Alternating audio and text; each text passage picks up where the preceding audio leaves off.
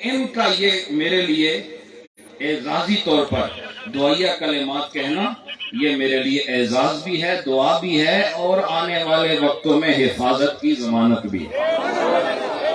وقت کم ہے لیکن انشاءاللہ ہم عصر قضا نہیں ہونے دیں گے۔ تھوڑی تھوڑی بارش ہو رہی ہے لیکن یہ ڈرانے والی نہیں ہے، یہ دل لبھانے والی بارش۔ اور ہمارے قبلہ صاحبزادہ صاحب کھڑی شریف سے انہوں نے سب کو کھڑا کر دیا، نہیں سمجھے؟ انہوں نے وہ جو عقیدت کے لحاظ سے تھوڑے بیٹھے ہوئے تھے کھڑی شریف سے آ کے سب کو کھڑا کر دیا اور بتا دیا اپنا ایمان کھڑا رکھا کرو تاکہ کہیں جھکنے کی نوبت نہ آئے۔ ہاں جھکنا ہے تو صرف سجدے میں جھکنا ہے، جہاں ایمان کی بات آئے وہاں ڈٹ کے مقابلہ کرنا۔ حضرات، آج اس سٹیج پر یہ بھی کہا گیا کہ ناموس قرآن کی بات کی گئی ہے، اور میں اپنے سٹیج کو ہر اہم موضوع کے ساتھ معزز کرنے کے لیے یہ کہہ رہا ہوں، ہم جو یہاں بات کرتے ہیں اس کا اثر کتنا ہوتا ہے؟ ہم مذمت کرتے ہیں، یہ سارے آپ جتنے ہیں مذمت کرتے جاؤ، کیا ہوگا؟ یہ پورا سٹیج مذمت کرے۔ مذمت سے کیا ہوتا ہے؟ مذمت سے کیا ہوتا ہے؟ مذمت تو آپ کے دل کی ایک کیفیت ہے اور ایمان کا سب سے نچلا درجہ ہے۔ جب منکرات دیکھو تو منکرات کو روکنے کے لیے حکم رسول کیا ہے کہ سب سے پہلے ہاتھ سے روکو، وہ نہ کر سکو تو زبان سے روکو۔ آخری چیز مذمت ہی ہے، وہ لفظاً ہو یا قلباً ہو، فکر کے لحاظ سے ہو یا تقریر کے لحاظ سے ہو۔ لیکن آج علماء کی جو گفتگو ہے اس کو سمجھتے ہوئے میں اصل نشانے پر لے کر جا رہا ہوں۔ یہ 50 سے زیادہ مسلمان ریاستیں، میں ان کو کہہ رہا ہوں، ارے تمہاری شرم کہاں مر گئی ہے؟ اسلام کے نام پر بننے والے ملکوں پر حکمرانی کرنے والوں، ہم عوام کو جہاں بھی دیکھیں، چاہے وہ لیبیا کی سرزمین ہو، فلسطین کی سرزمین ہو، وہ برما کی سرزمین ہو، افغانستان کی سرزمین ہو، وہ شام یا یمن کی سرزمین ہو، ہمیں مسلمان عوام ہر طرف حب خدا میں اور حب مصطفیٰ میں ہلچل مچاتی نظر آتی ہے، لیکن فرق نہیں پڑتا۔ فرق کیوں نہیں پڑتا؟ اس لیے کہ عوام بھیڑ بکریوں کی مانند دنیا میں چلتے پھرتے ہیں، ان کی باتوں کا کوئی احساس کہیں پیدا نہیں ہوتا۔ یہ ارباب اقتدار اور ارباب اختیار کا منصب ہے کہ وہ جس نبی کی خیرات کھا کر اور جس قرآن کی سوغات لے کر آج مسلمان کی حیثیت سے زمین پر جی رہے ہیں، ان بے شرموں اور ان بے حیاؤں کو آج غیرت بیدار کر کے ان کافروں کو کہنا چاہیے کہ ہم سارے اسلامی ملک والے اس بات کو پسند نہیں کر سکتے کہ آزادی کلام اور آزادی خیال اور آزادی رائے کے نام پر محمد کی ناموس کو نشانہ بنایا جائے یا خدا کی کتاب کو نشانہ بنایا جائے۔ آج تم لوگ ووٹ دینے کے لیے گولیاں بھی کھا جاتے ہو ان حکمرانوں کے لیے جنہیں وضو کا طریقہ معلوم نہیں ہے، یہ جنہیں پہلا کلمہ بھی صحیح پڑھنا نہیں آتا، یہ تمہارے قرآن کی حفاظت کیا کریں گے؟ ارے جنہیں نماز پڑھنا نہیں آتی وہ قرآن کی حفاظت کیا کریں گے؟ بندر کیا جانے ادرک کا مزہ، بندر کو کیا پتا کہ ادرک کیا ہوتی ہے، اور اسے اس کا مزے کی خبر نہیں ہوتی۔ جسے قرآن پڑھنا نہیں آتا اسے قرآن کی عظمت کی خبر کیا ہے؟ تو میں یہ کہتا ہوں کہ ان کافروں کی مذمت کرنے سے بہتر ہے کہ آج تم ایک اعلان کرو، میرا یہ پیغام عام کر دو، ہر طرف پھیلا دو کہ تم جنہیں ووٹ دیتے ہو ان سے یہ کہہ دو کہ تم نے بڑے بڑے وعدے کیے ہم سے، پھر بھی ہم تمہارے وفادار رہے۔ تم نے کہا ہم سکول بنائیں گے، سکول نظر نہ آیا۔ تم نے کہا کالج بنائیں گے، کالج نظر نہ آیا۔ تم نے کہا ہم سڑکیں بنائیں گے، سڑکیں نظر نہ آئیں۔ تم نے کہا ہسپتال بنائیں گے، ہسپتال نظر نہیں آئے۔ تمہارے جتنی بھی وعدہ خلافیاں ہیں ہم سب کو قبول کرتے ہیں، پھر تمہیں ووٹ دیتے ہیں، لیکن ایک وعدہ کرو کہ اس دفعہ اگر تمہیں خدا اقتدار میں لائے، یاد رکھو بلا تفریق جماعت، ہم کسی جماعت کا اعلان کرنے والے نہیں، ہمارا اس قسم کی سیاست سے کوئی تعلق نہیں ہے۔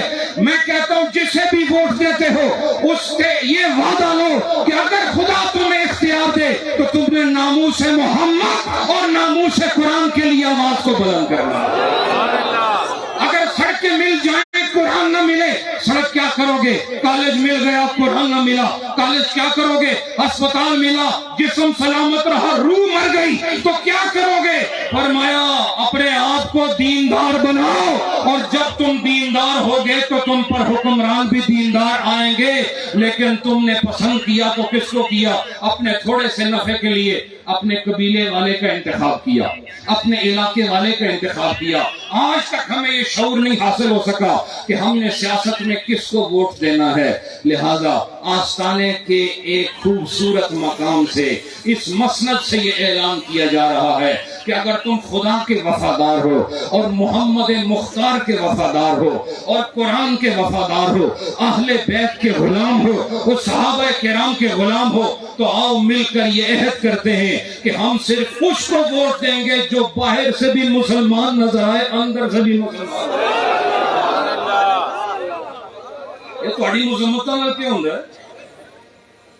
یہ سارے 50-54 ممالک مل کر، سارے حکمران مل کے اگر ایک ایوان میں کہیں کہ ہم ایک قانون چاہتے ہیں کہ ہماری کتاب پر حملہ نہ کیا جائے، ہم ایک قانون چاہتے ہیں ہمارے نبی کی شان میں گستاخی نہ کی جائے، اور جو ایسا کرے اس کے لیے ملک اپنی ریاست کے حساب سے وہ اپنے دارالخلافت میں اپنی کابینہ کے اندر بیٹھ کر ایک قانونی بنا ڈالیں کہ آج کے بعد جس نے کسی بھی نبی کی شان میں گستاخی کی، حتیٰ کہ تورات انجیل زبور کی شان میں بھی گستاخی کی، اس کے لیے یہ سزا ہے۔ سزا کا تعین ہم نہیں کر سکتے کیونکہ ہم اس مقام والے نہیں ہیں کہ ہم سزا کا تعین کریں۔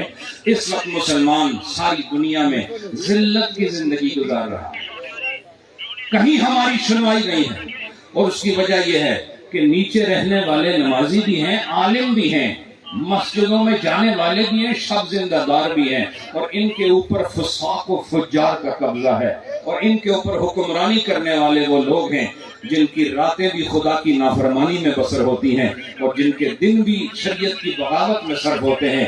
اس لیے یہاں حافظ بناؤ یا قاری بناؤ، اس سے انقلاب آنے والا نہیں ہے۔ مدرسے بناؤ یا مسجدیں بناؤ، پاکستان میں جتنے مدرسے پوری دنیا میں نہیں ہیں، اور جتنی مسجدیں صرف کوٹلی شہر میں ہیں پورے پاکستان میں نہیں ہیں۔